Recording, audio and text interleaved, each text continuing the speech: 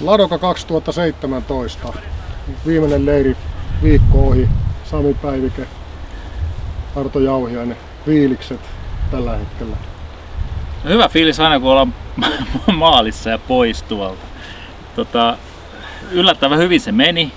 Jos mä vertaan viime vuoteen olisi kuivempi, tänä vuonna märempää, viime vuonna ajoin yksin.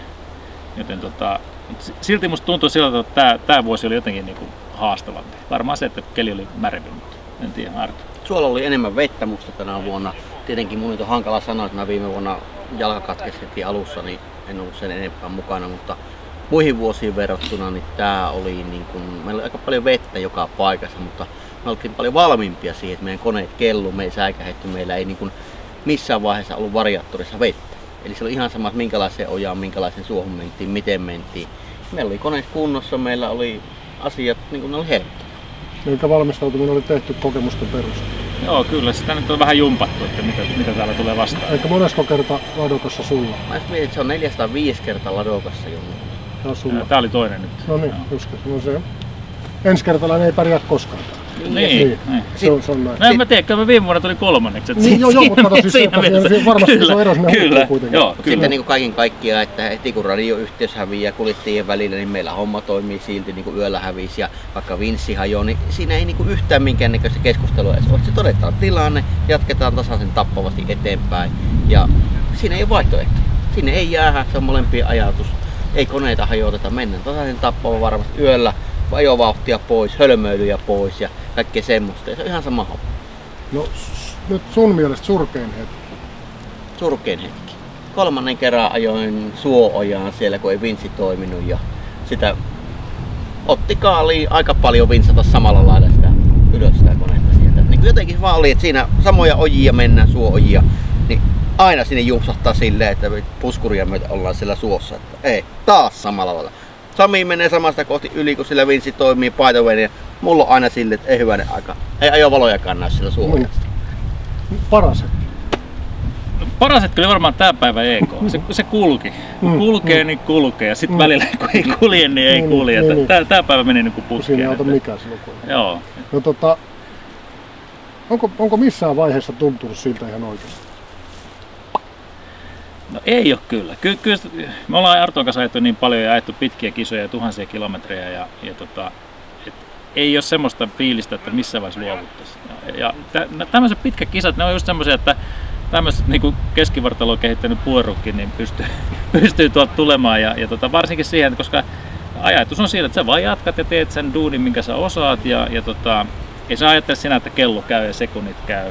Ja loppupelissä sitten kun katsotaan sitä lopputulosta, että mihin sillä päästään, että ne, jotka painaa liikaa kaasua ja tekee virheitä tuolla, niin yleensä niillä käy huonosti. Mutta sitten kun sä vaan jatkat ja teet oman duunin, niin kyllä sitä poistuu. Välillä tuntuu hankalalta sille, että joku ajaa jollain pätkällä kovemmin, menee linkussa siellä ohi, niin sitten vaan tämä mennään, että toi ei ole mun juttu, että mä en tohon vauhtiin lähde. Niin kun... Sitten katsot jossain se maalissa, että katohan jätkillä on tangot vinossa ja renkaat tyhjänä, ei, me lähdetään kohta saunomaan, että meillä on koneet kunnossa, ne on huolettu, tsekattu, että meillä ei ollut ongelmia.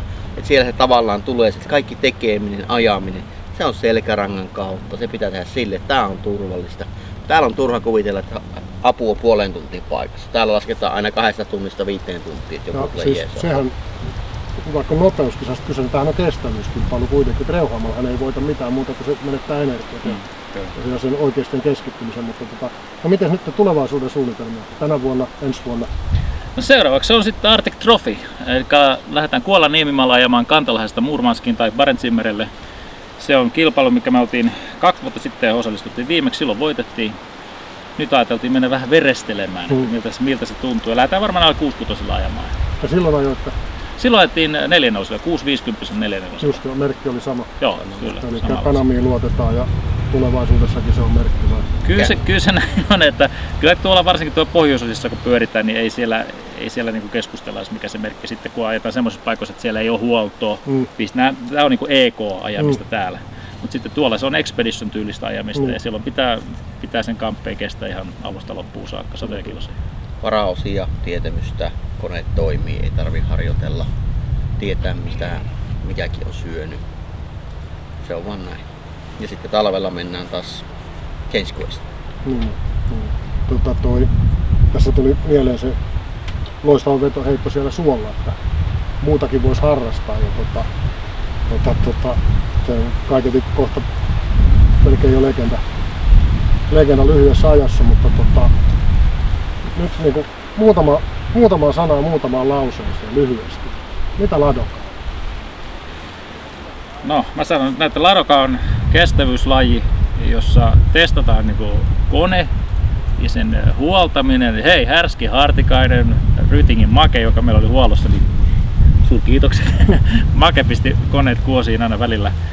Se on niinku äärirajojen hakemista ja sitten sen balansin löytämistä, että missä menee vauhti, missä menee suunnistus ja sitten sen koneen kuljettaminen, että moni jätkä on nopea, mutta sitten harvempi tuo koneen maaliin. Niin se on se juttu. Eli ensi vuonna Ladoka. Katsotaan, mitä tässä nyt sitten niinku juonitaan, että jääkö jotakin vielä hampaankoloon vai onko se taputeltu. Ja totta kai nyt aikaisemmin on 4-4, nyt ajetaan 6-6, niin katsotaan mitä keksitään seuraavaksi. Niinpä. Okei, ei mitään. Onneksi olkoon tässä vaiheessa. Se tulossa selviää jossain vaiheessa. Toivottavasti tavataan ehkä siellä Kuolanniemellä. Toivottavasti. Taivas tietää. Tervetuloa. Näin. Hyvä.